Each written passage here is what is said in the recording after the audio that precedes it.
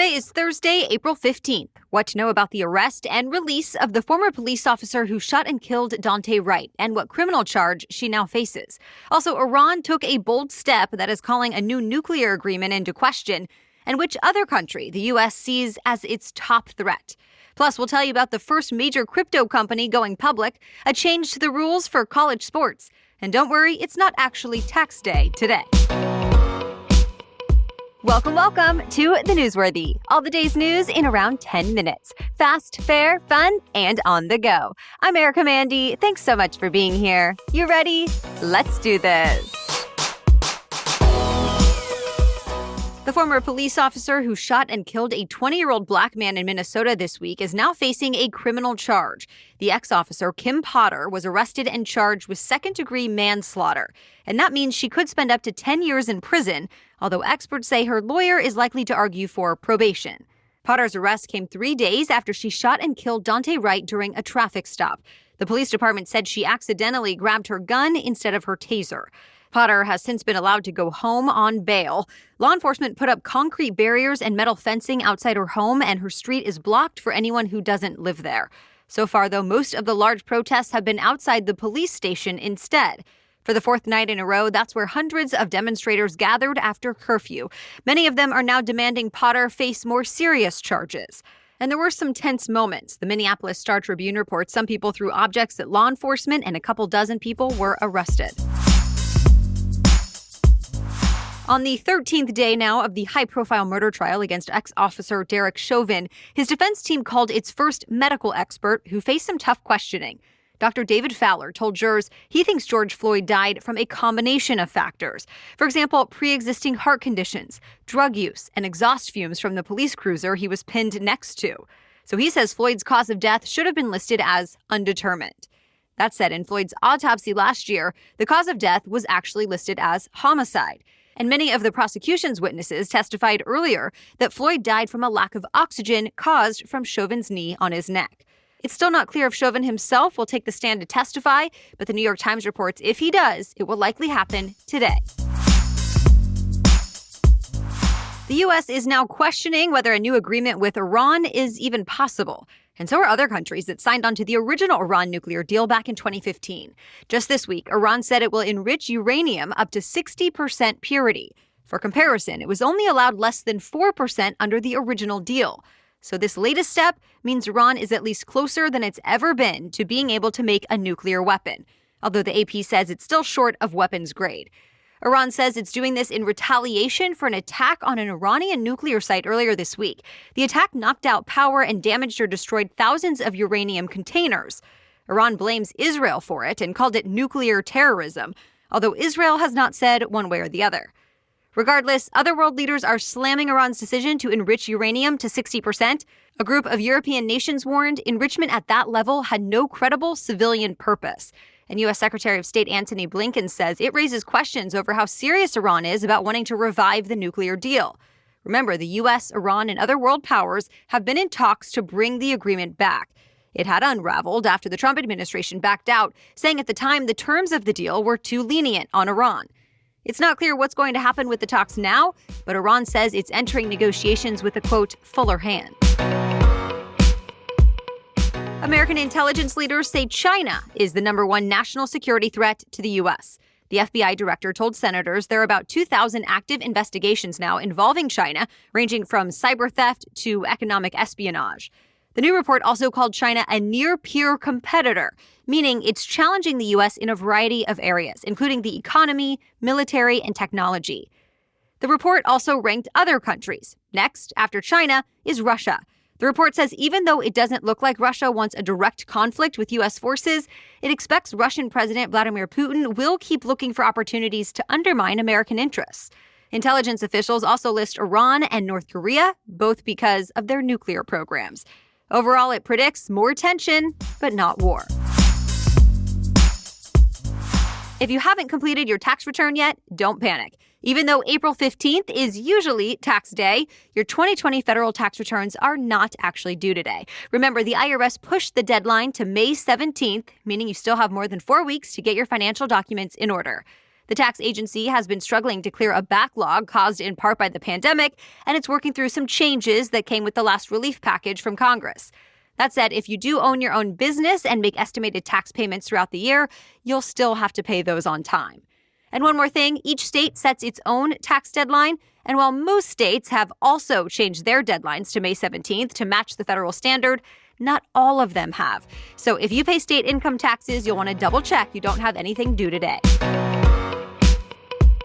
All right, we have more news still ahead, but this episode is brought to you by BetterHelp. What might be interfering with your happiness or stopping you from achieving your goals? There may be things you don't even realize that are getting in your way, and BetterHelp wants to help.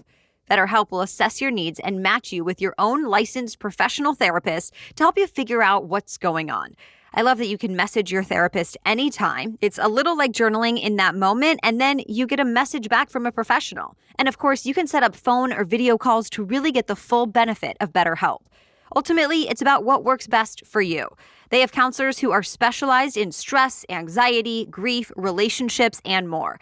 And if you're ever not happy with your counselor, just change counselors anytime until you find the right fit. And you always connect in a private online environment. I want you to start living a happier life today. And as a listener, you'll get 10% off your first month by visiting betterhelp.com/newsworthy. Again, that's BetterHelp, H-E-L-P, betterhelp.com/newsworthy. Okay, now back to the news. The largest exchange allowing people to buy and sell Bitcoin and other digital currencies is now the first major crypto company to go public. It's called Coinbase, and it made its stock market debut yesterday. The company's value skyrocketed. It faced ups and downs, but by the end of the day, shares were trading at about $328 each, giving it a valuation of $86 billion. As the Wall Street Journal points out, that's comparable with Facebook's first day of trading back in 2021 or Airbnb's first day last year. That said, Coinbase warns its business mostly depends on the price of digital currencies like Bitcoin, so its worth can be volatile. It's a decision expected to change the landscape of college sports. The NCAA's Division I Council voted to let college athletes transfer schools once without having to sit out a season. The decision is expected to be finalized later today. Some coaches and analysts say this could have a major impact since they may no longer just be recruiting high school athletes for their team. They might be able to go after other active college players who've been doing well for their rivals. It's been that way for certain sports already. But until now, football, basketball, men's hockey, and baseball players needed a special waiver to transfer without taking a break.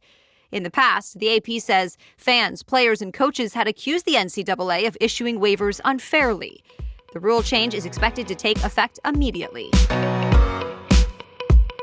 It's the latest and largest backlash against new election regulations. More than 300 high-profile companies, executives, and celebrities have signed a new statement against new bills and laws they say make voting more difficult. They include companies like Amazon, Starbucks, Target, Netflix, American Airlines, and General Motors, as well as people like Warren Buffett, Leonardo DiCaprio, Dwayne Wade, and Ariana Grande. They got the message across with advertisements in the New York Times and Washington Post. Now, this statement did not mention any specific laws or states, but as you know, Georgia has been getting the most attention and backlash so far over its new voting law. Critics say it unfairly targets minority groups and puts unnecessary barriers in place, like stricter voter ID requirements. But supporters argue the law actually expands access to voting, since it makes the state increase capacity at polling sites if people are waiting for more than an hour. And it's not just in Georgia. Similar bills are advancing in dozens of other states. Mazda revealed its first electric vehicle. It's called the Mazda MX-30. Mazda says it runs on a rechargeable battery, and it'll take about 36 minutes to charge the battery up to 80%. But other than that, details are pretty slim right now.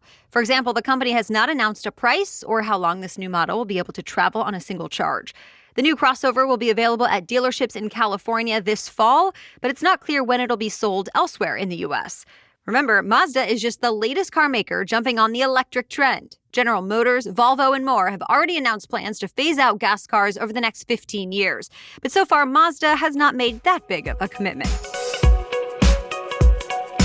Certain retail and service jobs are making a comeback. Dollar General is just the latest company to announce a hiring spree. It says it hopes to hire up to 20,000 people this spring.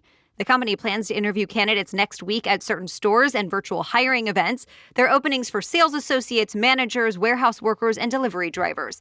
And it's not the only company. Wawa, Love's Travel Stops, and Dollar Tree have also announced they have plans to hire thousands of new workers. And that's in addition to fast food chains like McDonald's and Taco Bell also looking to hire nationwide.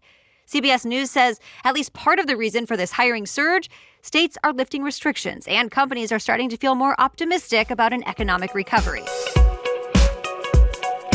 And that's it for the main news today, but now it's time for Thing to Know Thursday. And today's Thing to Know is about why a global shortage of computer chips could mean you have to hold off on buying a new car. But first, thanks to our sponsor, Fitbod. So I've always been easily bored by doing the same workout over and over. It sort of kills my workout motivation. But at the same time, I need a plan and I need an extra push from someone else. So Fitbod really fills both of those needs. It creates a personalized fitness program that continually adapts with new exercises and dynamic intensity that adjusts to how you're progressing. Fitbod knows no workout is one size fits all. In fact, their algorithm uses data and analytics to help you build on your last workout and maximize results without overworking muscles either. And I really like that it's also a customized workout based on, 1, your goals, and 2, the equipment or lack of equipment you have handy. So you may just want body weight routines if you don't have a lot of equipment at home, or maybe you want exercises with just some hand weights and a band like I do, or get guidance for a full-on gym routine. So pick up the pace on your fitness journey with Fitbod today, and your future self will thank you. Get 25% off your membership at fitbod.me/newsworthy. That's a 25% off at fitbod.me/newsworthy. Okay, now back to Thing to Know Thursday. You may have noticed these days, a lot of products are in short supply. For example, the car you want may not be available at the dealership for a while, or the new phone or the gaming console or a laptop you've had your eye on could also be hard to come by. So why are these things related? It's because they all require something called a semiconductor chip. And right now, there is a surge in demand across the globe and not enough supplies. When it comes to the auto industry, these chips are used to monitor engine performance, control steering and automatic windows, and manage alert sensors in newer models. Without them, factories in the United States cannot roll out new vehicles on time. Ford, General Motors, and Nissan have all planned temporary shutdowns at several U.S. factories in the coming weeks. The AP says the slowdown could cost the auto industry as much as $60 billion in lost sales for the first half of this year. So why is this happening? And once again, you can blame the global pandemic. Ars Technica explains that automakers ordered fewer chips when car sales went down. But at the same time, companies that make things like smartphones and operate data centers started ordering more chips. Now that car sales are picking back up, semiconductor manufacturers are struggling to match the new demand. That said, analysts are confident the shortage will work itself out. It'll just take time. And that's your Thing to Know today. All right, thank you so much for tuning in today. If you are not already, be sure you're following us in your podcast app so you don't miss any new episodes. It's all for free. We'll be back tomorrow with much more news to know. Until then, have a great day.